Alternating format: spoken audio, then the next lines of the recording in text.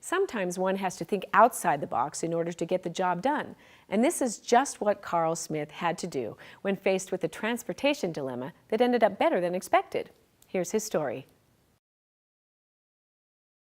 My name's Karl Smith, and I live in Taylorsville, Utah. I was born blind, actually with cataracts, congenital cataracts, and back in the 1950s, they didn't know you should take them off quickly, and because your eyes aren't fully developed when you're born. And so they took them off when I was 6 months old, which was really too late in order for me to develop decent vision. I finally lost my remainder of my vision in 1989 with a retina detachment, and so I've been totally blind for about 25 years now. You know, it affects my ability to get around a number of ways. First of all, I've never been able to drive, and so have never had that experience to be able to just jump in a car and go somewhere on my own like that.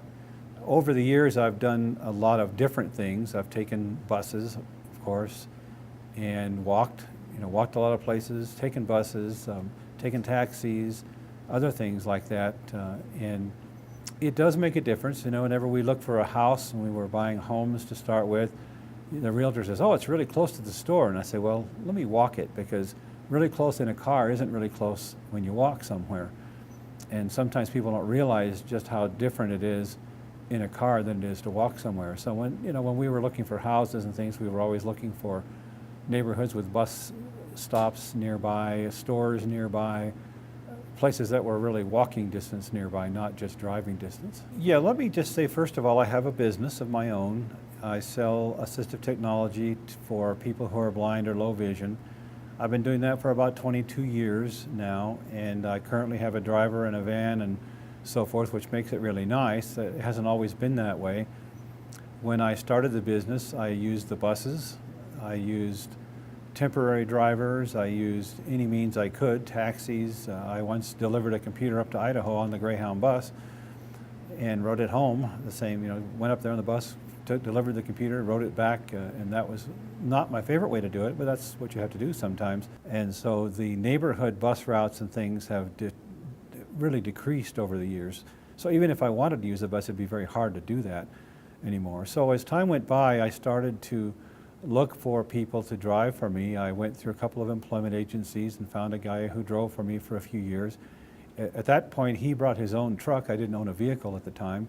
My current driver actually has been with me for 13 years almost, and we have a couple of connections. He's actually my brother-in-law. He works part-time for me and part-time at UPS, and his wife and my wife are sisters, so we're always in trouble, I always like to say.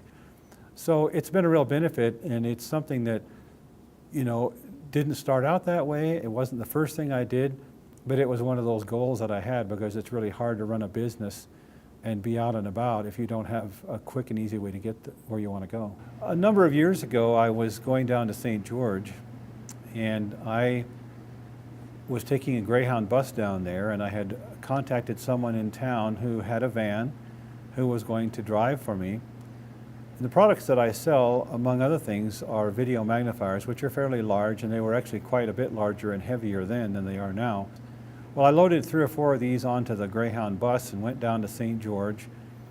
The bus stopped near the place where I was going to stay, the hotel, so I hauled them all off the bus and hauled them over to the hotel. And I got on the phone and called the man who was going to drive for me, and he said, "Oh, I'm really sorry, I couldn't get a hold of you, but my van's broken down. I can't drive for you." Well, I had a couple of 3 days of business to do there, and equipment too big to carry around on my back, and plus the distances were too big to walk around with anything. And so I was trying to figure out how I would get some transportation short of just canceling everything and going home. Well, I was staying at a little hotel there, and so I called down to the front desk and I said, "Anybody down there know of anybody who might want to drive for a couple of days? I'd be willing to pay," and so forth. And well, nobody did, and I called the taxi company and asked if there was any way I maybe could make an arrangement with a taxi, maybe some kind of a special deal where I could pay them a certain fee for a day or something. Well, they didn't really do that. Ordered a pizza, and the pizza delivery guy came, and I said, "What are you doing tomorrow? You want to drive for me tomorrow, maybe?" Well, he was a kid and going to high school, I guess, and he couldn't drive for me. So I wasn't sure exactly what to do, and a little while later I got a call from the lady at the front desk, and she said her father was in town, an older gentleman with an old ratty pickup truck, and didn't have anything to do for a couple of days, and maybe he could do it. And that's what happened. He came over in his old ratty pickup truck, and we loaded the equipment in the back of it, and I paid him by the hour to drive for me. The point, I guess, is that sometimes you just have to try to think of how you're going to get through something. I could have simply gone home, which then would have meant I would have wasted all the money I spent coming down there in the first place, or just keep looking for things and trying to find ways to get the job done, which is what ultimately happened.